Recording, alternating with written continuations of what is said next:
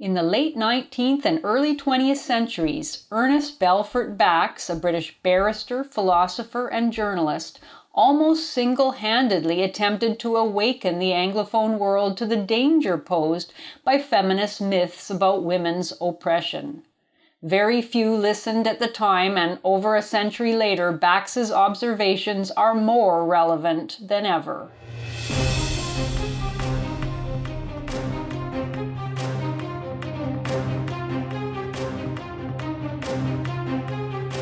I'm Janice Fiamingo, and this is the Fiamingo File 2.0. In 1896, Ernest Belfort Bax published a book called The Legal Subjection of Men, which he co-authored with an anonymous fellow barrister. Based on Bax's extensive knowledge of British law and court cases, the book was intended as a rejoinder to John Stuart Mill's 1869 The Subjection of Women. The book began with a caustic reflection on Mill's feminist legacy, as follows. Quote, John Stuart Mill is dead, but his eloquent wail of the subjection of women is never let die. It rings in our ears every day. It is solemn, it is pathetic, it overflows with the chivalric sentiment which Mill professes to repudiate as out of date, but which nevertheless is so strongly developed in the average male. It has become the gospel of women's pretended wrongs, and has caused the youth of Oxford and Cambridge to blush for their fellow males. The only objection that the lawyers of the present year of grace can raise to it is that it is really the reverse of legal truth. End quote. Bax set out to rebut Mill's claims and loosen their hold on public opinion. He contended that the British legal system was biased, not against women, but in favor of women. The bias was manifested in the many crimes for which women had immunity or near immunity, and in the demonstrably lessened severity with which women were treated throughout the trial, conviction, sentencing, and incarceration phases of the legal system.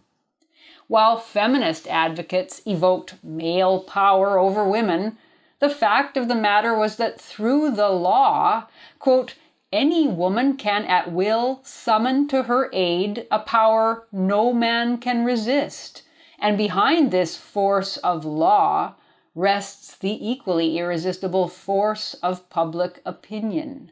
End quote. Bax defended his thesis with abundant references to specific laws and court cases that as a barrister with decades of experience he knew intimately. Today, Bax might seem an unlikely anti-feminist. He was a committed socialist who first came under the influence of the theories of Karl Marx and Friedrich Engels in the early 1880s when he was studying philosophy in Germany. He was presumably very familiar with Engels' feminist arguments and was certainly well aware that most of his fellow socialists, like other alleged forward thinkers, quote, were supposed as a matter of course to swallow the conventional lie of modern civilization, the theory of woman the victim of man's oppression, end quote, as he wrote in his essay, The Woman Question, published in 1895 in the socialist journal Justice.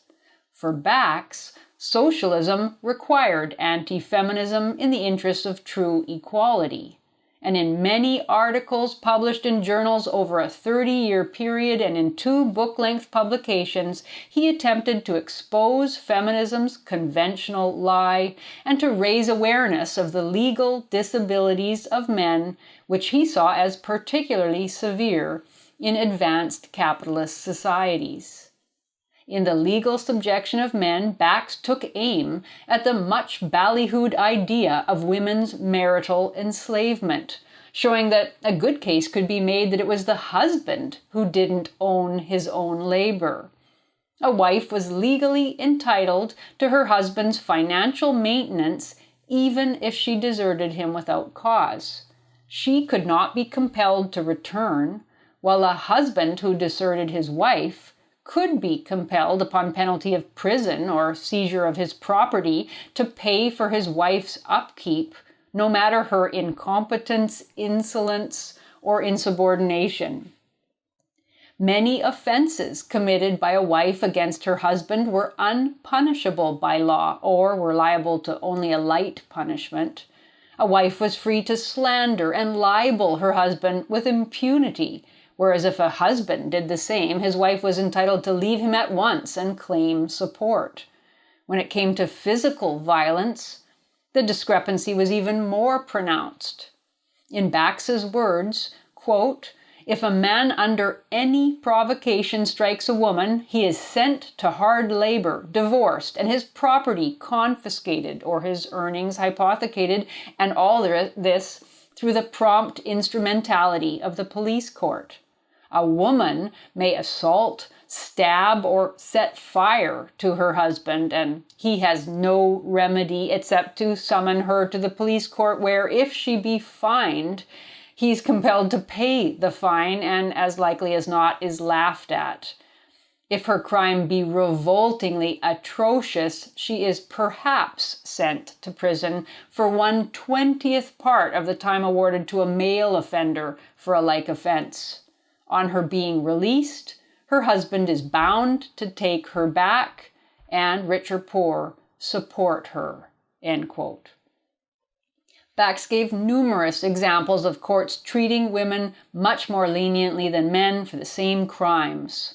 Women were far more likely to be exonerated if charged, far more likely to have mercy recommended by the jury even if found guilty, far more likely to be given what he called a, quote, "shamefully inadequate" or even a nominal sentence, far more likely to be pardoned, and far less likely to receive a punishment of flogging or hanging. In prison, women's treatment was notoriously less severe than that of men. What was perhaps most bizarre about the present state of affairs was how few people even believed it to exist. Most men were, quote, "not conscious of the real state of the law," and a, quote, "loud-voiced minority of women kept alive the myth of their legal wrongs." Even men who fell victim to women's unjust privileges under law tended to keep quiet. As Bax pointed out, quote, "Their friends might believe in their innocence, but their enemies or the public at large would not. The man injured by a woman has no sex-conscious man's party to appeal to." End quote. In conclusion, Bax emphasized how the weight of public opinion and cultural habit approved and exacerbated male disadvantage. Quote, "These privileges conferred by the law of England on the woman against the man are enforced with rigor that increases every day," he wrote. "Judge, jury, counsel, and press vie with each other in driving the iron into the soul of the unfortunate man who is forced to contend with a woman in the law courts." End quote. And women in their turn were being alarmingly corrupted. As Bax explained, quote, "Many women who of their own accord wouldn't think of exercising the force of public opinion or the privileges of a one-sided law against their husbands or other men are influenced to do so in various ways. The incessant clamor of a hysterical press leads them to suppose that in any quarrel with a man, the man must be wrong, the woman never can be wrong. The shrieks of the New Woman propaganda suggest to women that in making most infamous use of her weapons, she is upholding the cause of her sisters. Furthermore, the new mammon worship, which has infected all modern English life, has produced among the average middle-class woman an unspoken theory that the sole duty of man is to make money for his wife." End quote. Thus Bax contended, through the vicious circle of repetition, women came to believe that treating men badly was merely just recompense for the centuries of women's alleged bad treatment, and a credulous public applauded their doing so. In a later book, The Fraud of Feminism, Bax reviewed and amplified his discussion of women's legal privileges, showing how women were often literally able to get away with murder, especially when they killed men, especially husbands or lovers, if it was possible, as it almost always was, to, quote, blacken the character of the dead victim. In other words, to make out that he had been rightly put to death. In cases of sex offenses, the same female privilege operated, such that, quote, a boy of 14 years can be prosecuted and sent to jail for an offense to which he has been instigated by a girl just under 16 years, whom the law, of course, on the basis of the aforesaid sex privilege, holds guiltless, end quote. Such farcical attitudes and sentences were observable throughout the legal system, which overwhelmingly refused to hold women accountable for their wrongdoing. Reading Bax's conclusions today, one is struck by the similarity of his findings to those of esteemed professor of law Sonia Starr, who published a major article in 2012 finding significant gender disparities favoring women at all stages of the criminal justice process in the United States. But were things truly as uniformly bad for men as Bax claimed? Bax's arguments are not easy to confirm empirically because though he referred to many individual cases in his writings, he did not provide enough detail for their independent verification, and it would require extensive research into the history of legal judgments and court cases in 19th and early 20th century England to come to a firm judgment. But to my knowledge, Bax's arguments have never been disproved, and moreover, his general assessment of his society's credulity toward pro-feminist claims, especially men's part in furthering male disadvantage, is stunningly prescient.